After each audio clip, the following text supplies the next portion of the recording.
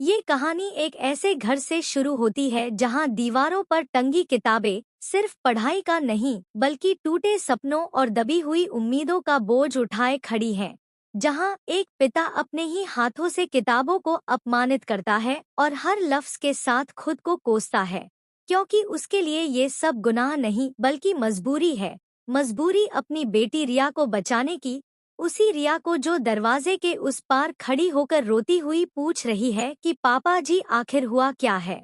लेकिन अंदर बैठा बाप सिर्फ इतना कह पाता है कि अगर सूरज आईएएस नहीं बनेगा तो नहीं बनेगा। जैसे उस एक जिद में उसने अपने बेटे के सारे अरमानों पर ताला जड़ दिया हो। और यहीं से सूरज के भीतर का डर, उसकी पुरानी हारें और नई उम्मीदें आपस में टकराने लगती हैं। वो सूरज जो कभी हिम्मत करके फिर से सपने देखने चला था, जिसने ईशा के भरोसे खुद को दोबारा उठाया था, वही ईशा जो उसे याद दिलाती है कि ये पहला रिजल्ट उसकी पूरी जर्नी नहीं बल्कि बस एक इम्तिहान है, कि बिना कोशिश हार मान लेना सबसे बड़ी हार होती है। और शायद पापा की सख्ती भी उसी इम्तिहान का हिस्सा है। लेकिन सूरज के दिल में सवाल उठता है कि क्या सच में एक पिता अपने बेटे को परखने के लिए इतना कठोर हो सकता है, या इसके पीछे कोई और ही राज छुपा है।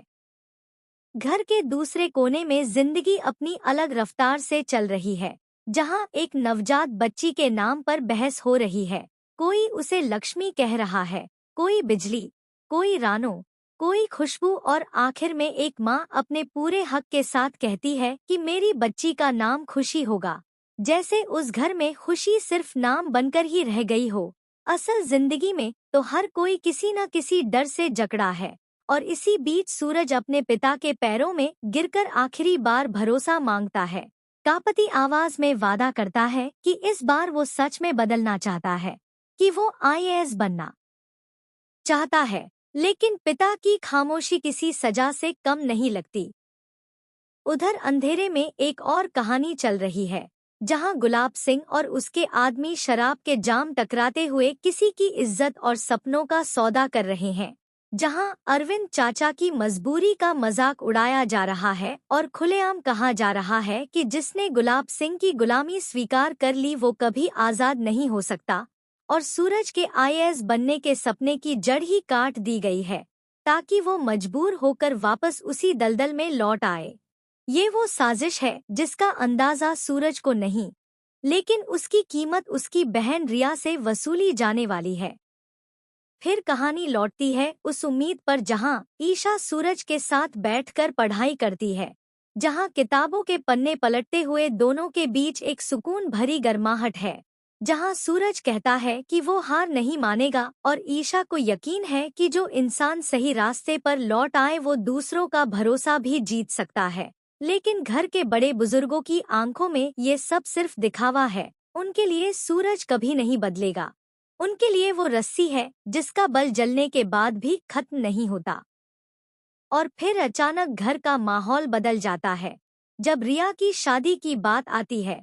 जब पिता बिना किसी भाव के ऐलान करता है कि लड़के वाले आ रहे हैं, कि पढ़ाई छोड़ो और कुर्सियां लगाओ, जैसे रिया की जिंदगी भी किसी सौदे का हिस्सा हो।